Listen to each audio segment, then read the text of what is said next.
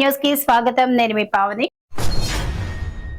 విశాఖపట్నంలో east coast maritime logistics summit లో CM Chandrababu పాల్గొన్నారు. మారిటైమ్ రంగంలోని బర్డ్స్ ఏఐ, డాకర్ విజన్, ఓల్డియో మారిటైమ్, ఆటోమాక్సిస్, ఈజీ లేన్, ఎయిమ్ లొకేట్ తదితర స్టార్టప్ సంస్థల ప్రతినిధులతో ఆయన చర్చలు జరిపారు. పలు కంపెనీల సీఈఓలతోనూ ఆయన భేటీ అయ్యారు. ఏపీని గ్లోబల్ లాజిస్టిక్స్ హబ్ గా తీర్చిదిద్దాలని తమ ప్రభుత్వం లక్ష్యంగా పెట్టుకుందని తెలిపారు.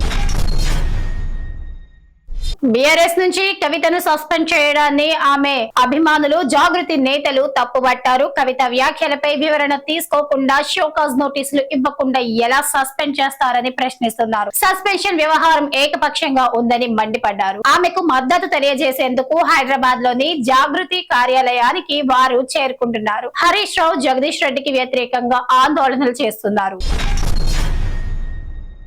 కవిత వర్సెస్ హరీష్ ఎపిసోడ్ లో గులాబీ బాస్ కేసీఆర్ హరీష్ వైపే నిలబడ్డారు. ఆరోపణలు చేసి 24 గంటలు గడవక ముందే కవితను సస్పెండ్ చేశారు. కన్న కూతురైన పార్టీ తర్వాతే అనే స్పష్టమైన సంకేతాలు కేడార్ కు పంపారు. పార్టీకి హరీష్ వెన్నుపోటు పొడుస్తారని గతంలో ఎన్నో సార్లు ప్రచారం జరిగింది. కానీ అవేమీ లెక్క చేయని ఆయన కేసీఆరే తన అధినేత అని కుండ బద్దలు కొట్టారు. అదే విధేయత ఇప్పుడు అధినేత తన వైపు నిలబడేలా చేసింది.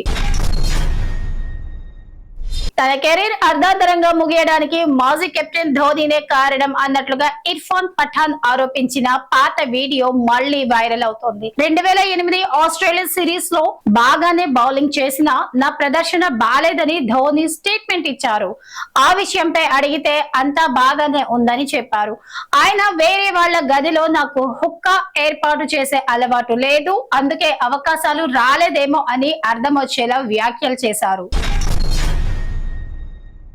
సరైన ధర లేక రైతులు అల్లాడుతున్నారని జగన్ ఆరోపించారు. పులివెందులలో ఉల్లి, బత్తాయి రైతులతో మాట్లాడారు. చంద్రబాబు రైతులను గాలి కొదిలేశారు. ప్రభుత్వ పెద్దలే కమిషన్ల కోసం యూరియా బ్లాక్ మార్కెట్ ను ప్రోత్సహిస్తున్నారు. 2 ఏళ్లకు పెట్టుబడి సాయం 40,000 రూపాయలు రావాలి. అన్నదాత సుఖీభవతో 5,000 రూపాయలే ఇచ్చారు.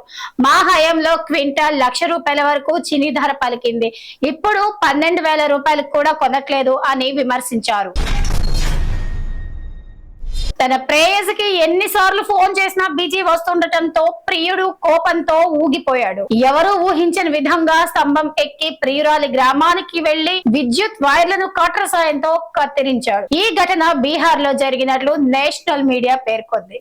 అయితే ఇక్కడ ఇలాంటివి కొత్తేమీ కాదు. గతంలోనూ పూర్ణియా జిల్లాలోని గణేశ్వర్ గ్రామానికి చెందిన ఓ వ్యక్తి తన లవర్ ను కలిసేందుకు ఊరి మొత్తానికి కరెంట్ తీసేశాడు. రిజర్వ్ బ్యాంక్ ఆఫ్ ఇండియా దేశంలోని అన్ని బ్యాంకులు జీరో బ్యాలెన్స్ ఖాతాలను అందించాలని ఆదేశించిన విషయం తెలిసిందే. అదే విధంగా టెరాయ్ కూడా అన్ని టెలికాం కంపెనీలకు ఓన్లీ కాలింగ్ రీఛార్జ్ ప్యాక్ అందుబాటులో ఉంచాలని ఆదేశించాలని నెటిజన్లు కోరుతున్నారు. డేటా అవసరం లేకపోయినా చాలా మంది సీనియర్ సిటిజన్స్ రీఛార్జ్ చేసుకుంటున్నారని 100 రూపాయలతో ఓన్లీ కాలింగ్ ప్లాన్ తీసుకొస్తే బాగుంటుందని డిమాండ్ నెలకొంది.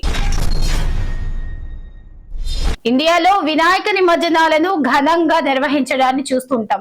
అయితే యునైటెడ్ కింగ్డమ్ లోను తగ్గేదేలే అన్నట్లుగా నిమజ్జన వేడుకలు జరిగిన వీడియో వైరల్ అవుతోంది. యువకులంతా కుర్తాలు ధరించి బ్యాండ్ బాజాలతో ఊరేగింపుగా వెళ్తూ డాన్స్ లేస్తూ సందడి చేశారు. వీరికి అక్కడి పోలీసులు బందోబస్తు ఏర్పాటు చేశారు.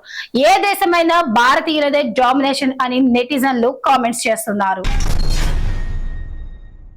బాలీవుడ్ లో హీరోలకు కల్పించే సౌకర్యాలన్నీ హీరోయిన్లకు ఉండవని కృతి సనన్ అన్నారు.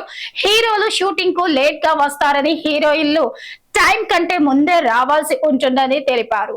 లింగ వివక్ష చూపకుండా అందరికీ సమాన గౌరవం ఇవ్వాలని ఆకాంక్షించారు. ప్రొడ్యూసర్లు ఇప్పుడిప్పుడే ఆ దిశగా ఆలోచిస్తున్నారని పేర్కొన్నారు.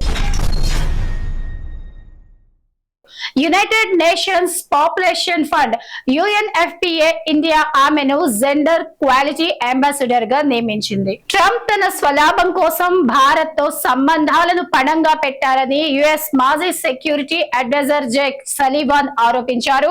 అమెరికా దశాబ్దాలుగా ఇండియాతో సత్సంబంధాలను ఏర్పరచుకుంది. చైనాకు చెక్ పెట్టేలా ఆర్థిక, సాంకేతిక నైపుణ్యం విషయాల్లో బంధాలను బలోపేతం చేయడానికి కృషి చేస్తోంది. తన ఫ్యామిలీతో వ్యాపారాలు చేసేందుకు పాక్ ఆసక్తి చూపగానే ఆ సంబంధాలను ట్రంప్ త్యాగం చేశారు అని విమర్శలు గుప్పించారు. ఇది వాటి టాప్ 10 న్యూస్. రేపటి టాప్ 10 న్యూస్ లో మళ్ళీ కలుద్దాం.